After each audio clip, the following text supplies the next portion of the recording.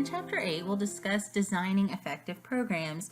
We'll explain the rationale for breaking programs down into elements, the need for a precise definition for each element, the systems model and the ways in which it provides a framework for program design, how the program hypothesis and program objectives fit together with the elements of program design. And so again, we'll look at specific elements of programs.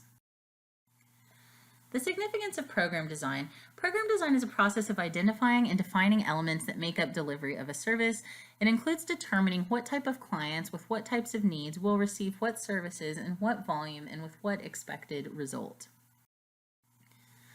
Effective interventions need to be specialized based on demographic factors including ethnicity, gender, socioeconomic status, sexual identity or orientation, physical ability. There are a lot of different types of things that we consider beyond just these 4 factors when we're looking at how to design for diversity. 6 factors that strongly influence special population sensitive program design, as according to Callie here. Professional associations committed to both broad and specific aspects of multiculturalism, increasing scholarship and dedicated to cultural competence as a core component of academic preparation in mental health disciplines, promulgation of national standards for cultural competence by the federal government, inclusion of cultural competency-specific accreditation standards for mental health and human service programs, and the requirement for addressing cultural competence in proposals for funding new program development. Defining the elements of a program. The logic model framework for defining program elements, the inputs, and again, we've discussed this, so of course it's going to look a little bit familiar, but inputs, the resources and raw materials, the process, the activities that use inputs to achieve objectives with raw materials, the outputs, the measurement of services provided and completion of services, the outcomes, demonstrated benefits to those receiving the services, and then again, the impact, measurable changes on organizations, communities, or systems resulting from the services. So inputs, looking a bit more closely at what this means. Inputs include 5 elements representing an agency's resources and raw materials: the clients or consumers, the staff, the material resources, the facilities, and the equipment. Each element needs to be clearly defined in terms that are useful for analytical and reporting purposes.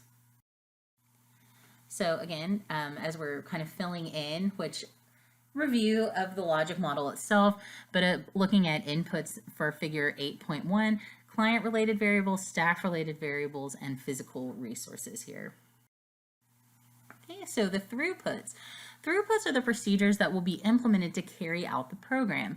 Throughputs usually involve treatment, rehabilitation, or support services. Each of the following elements needs to be clearly defined in terms that are useful for analytical and reporting purposes: service definition, service tasks, method of intervention. Service definition.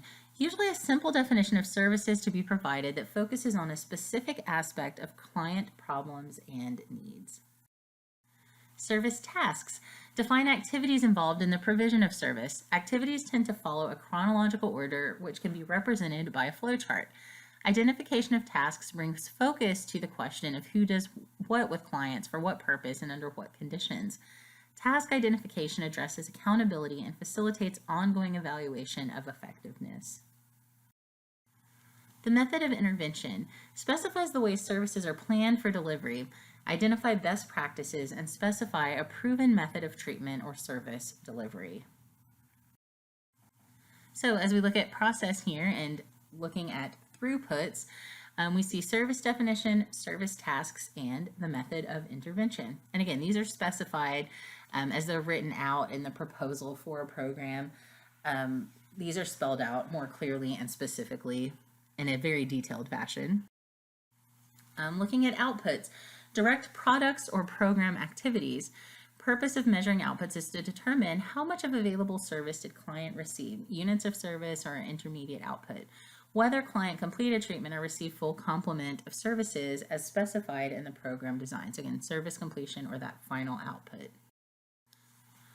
Outputs, we can also look at units of service or intermediate output measured in 3 different ways: as episodes of contact units, one contact between a worker and a client; as material units, a tangible resource provided to a client; or as time units, minutes, hours, days, weeks, or months, depending on the information needs of the program. Looking at service completion or final outputs, these are defined at the time the program is designed. Defining output prior to implementation enables evaluators to distinguish between individuals who complete the program and individuals who drop out. Quality, as we're looking at outputs, frequently addressed through the use of standard specifications accepted by recognized authorities that are regularly and widely used and have a recognized and permanent status.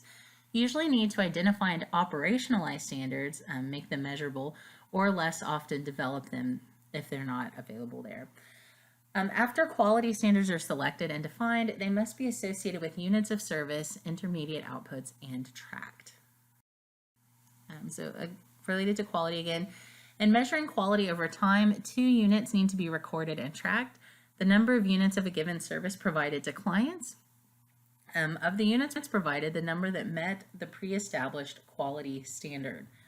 Based on this information, any quality standard established within a field can be used in conjunction with units of service provided to determine the extent to which quality standards are being achieved. So again, filling in that outputs piece, the units of service, service completion, and addressing quality. Okay, looking at outcomes. Measurable change in quality of life of a client between entry into and exit from a program. 4 categories of outcome measures are numerical counts, standardized measures, level of functioning scales, and client satisfaction. Numeric counts are nominal measures related to client flow. They require yes or no answers to specific questions. Program outcomes are determined by aggregating findings within a specified period to establish a success rate derived from the numeric count. Standardized measures are objective instruments validated and widely used by practitioners. Program outcomes are determined by periodically aggregating data on clients receiving a service. And so again, when we're thinking about standardized measures and these objective instruments, we also have to think about which populations for which they have been normed or standardized. So we also have to see that there could be some cultural bias in some of these standardized measures as well, and we need to act accordingly. That could be a limitation. Level of functioning scales are instruments developed by staff and other local experts familiar with a particular population and problem that are specific to a program or service. They allow clients to be rated on several aspects of functioning. They're not tested for validity and reliability, and program outcomes are determined by aggregating scores on each scale at client entry and exit. Client satisfaction, proxy measure for other more tangible outcomes. And here it says, be cautious with its use because there are a lot of factors that can impact this. Requires the development of questions with responses ranging from very satisfied to very dissatisfied and options in between. So oftentimes using a Likert scale. Program outcomes are determined by aggregating scores for a defined interval. Intermediate outcomes and final outcomes. Intermediate outcomes, they're represent changes in quality of life of the client measured at the point of completion of the services provided. Final outcomes represent changes in quality of life of the client measured at a designated follow-up point after services are completed. Intermediate and final outcomes are interrelated. Intermediate and final outcomes can be documented by using any of the 4 measures: numerical counts, standardized measures, level of functioning scales, and client satisfaction instruments. Framework for identifying and defining elements of a program design. So again, inputs, client, staff, and physical resource elements; throughputs, the service delivery elements; outputs, the service completion elements, including both intermediate and final outputs; outcomes, the measures of life changes for clients. And so again, that could include the intermediate and final outcomes.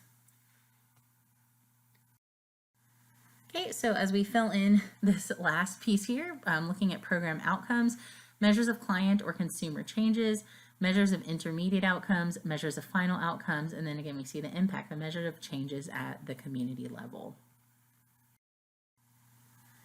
Specifying the program hypothesis as it relates here, we already said this is the term used to sum up the assumptions and expectations of a program, the if-then statements that we're using, and this also guides the definition and selection of these elements that we mentioned related to the program. The hypothesis is the framework that provides the program's internal consistency and integrity. So it lets us know what types of clients and staff and additional resources relate in our inputs. What types of services, service tasks, and methods of intervention are most relevant to address the problems and work with the client population. It allows us to identify through that if-then statement the mix of services needed for a full complement of services and minimum quantity of these services that is expected to produce a measurable result. And it also helps us to determine what can be achieved given the limitations of the program. So the foundation for a program that's logical and can be implemented and evaluated rests on the program hypothesis and how these various aspects of the logic model are interrelated and flow in a logical, well-organized fashion.